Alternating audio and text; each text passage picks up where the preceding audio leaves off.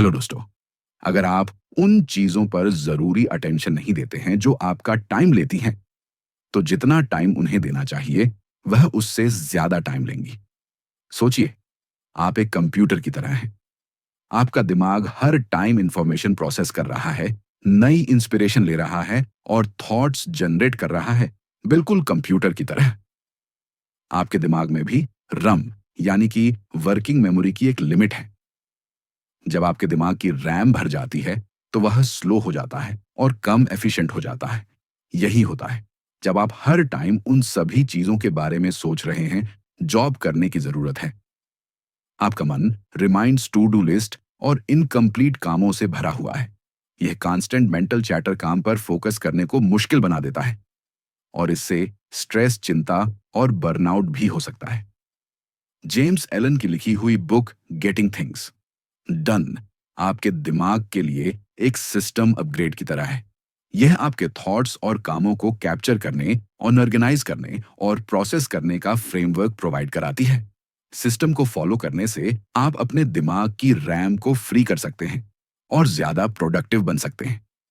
इस बुक में ऑथर हमें एस लाइफ जीने के तरीकों के बारे में बताते हैं। ऑथर बताते हैं कि जब हमारा माइंड क्लियर होता है और हमारे थॉट्स सिस्टमैटिक होते हैं, तभी हम स्ट्रांग प्रोडक्टिविटी हासिल कर सकते हैं और अपनी क्रिएटिव पावर को बढ़ा सकते हैं। डेविड एलन कहते हैं कि आने वाले महीनों या अगले दिन क्या करना है, यह याद रखने की बजाय हमारा दिमाग सिर्फ थॉट को सोचने और प्रॉब्लम को सॉल्व करने में अच्छा काम करता है। हमारा दिमाग हमारे सभी बड़े कामों को लिस्ट में लिखने और उन कामों को लगातार रिव्यू करने पर जोर देता है। मतलब हमारा दिमाग एक प्रोजेक्ट मैनेजमेंट सिस्टम है। बुक को आसानी से समझने के लिए हम इस बुक को 15 चैप्टर में डिस्कस करने वाले हैं। लेकिन अगर आप हमारे चैनल पर पहली बार आए हैं तो इमीडिएट चैनल को सब्सक्राइब जरूर कर दें, ताकि आप हमारे इस मिशन का हिस्सा बन पाएं, जहां हमारा गोल किताबों के जरिए करोड़ों लोगों की जिंदगी को बदलना है। हमारी वीडियोस कभी-कभी थोड़ी लंबी हो सकती है, क्योंकि हम बुक और कंटेंट की क्वालिटी पर कभी भी कंप्रोमाइज नहीं करते। इसलिए वीडियो को एंड तक देखना बहुत जरूरी है। तो चलिए फिर शुरू करते हैं। एक नई रियलिटी के लिए एक नई प्रैक्टिस आमतौर पर हमारे आसपास बहुत से दूसरे काम और डिस्टर्बेंस होते हैं। ऐसे में क्लियर माइंड के साथ काम करने के लिए यह करें। उन सभी चीजों को क्लियर करें जिन्हें करने की जरूरत है। सभी इनपुट्स के बारे में पहले से डिसीजन लेकर आगे बढ़े। सभी जरूरी चीजों को एक साथ करें। आपको अपने दिमाग में कुछ भी फालतू की बात ना रखने की आदत डालनी होगी और ऐसा करने का तरीका अपने टाइम, इंफॉर्मेशन और प्रायोरिटी को मैनेज करने के साथ ही आपको अपने सभी कामों को ठीक से मैनेज करना होगा।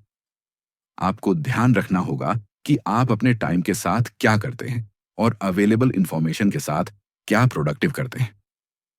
ज्यादातर लोग इन रीजन की वजह से एक चीज के लिए कमिटेड नहीं हो पाते।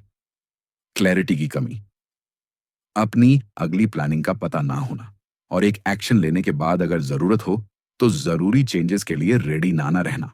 अगर आप कमिटेड रहना चाहते हैं तो इन मेथड्स को अपनाएं। जो चीज आपके गोल के लिए जरूरी है उसे सोचें और उस पर ध्यान दें। बाकी चीजों को जितना हो सके इग्नोर करें।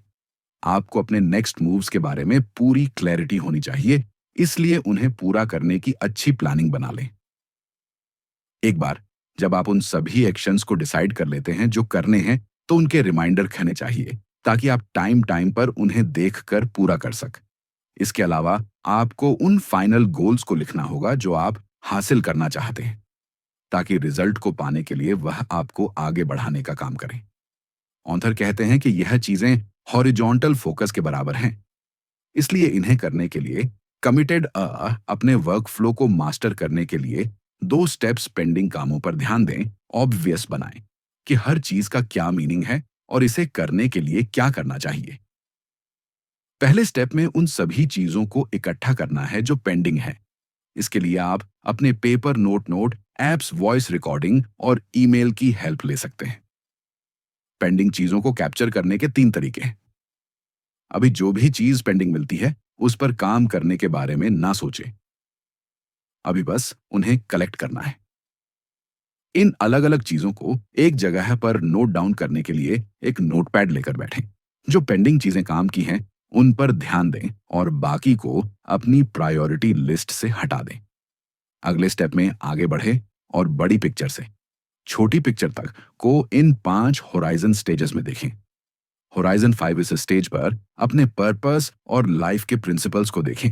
जैसे आप वो काम क्यों कर रहे हैं या दुनिया में रहने का आपका क्या पर्पस है। होराइजन 4 इस स्टेज पर फ्यूचर में अपने 5 साल के बाद के विजन को क्लियर करें। संगीत अब अपने बड़े और मिड लेवल के गोल्स को देखते हुए उन सभी कामों की लिस्ट बनाएं जो आपको अभी करने की जरूरत है।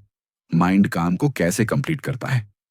किसी भी काम को पूरा करने के लिए हमारा माइंड इन 5 स्टेप्स से गुजरता है। पर्पस और प्रिंसिपल्स को डिफाइन करना, रिजल्ट्स का पता होना, ब्रेनस्टॉर्मिंग ऑर्गेनाइजिंग, एक के पूरा होने के बाद अगले काम की पहचान करना। रिएक्टिव प्लानिंग मॉडल कहता है सबसे पहले एक्शंस लें, फिर चीजों को सिस्टमैटिक करने की कोशिश करें, फिर ब्रेनस्टॉर्मिंग करें, उसके बाद रिजल्ट्स को इमेजिन करें और आखिर में परप और प्रिंसिपल्स की तरफ ध्यान दें।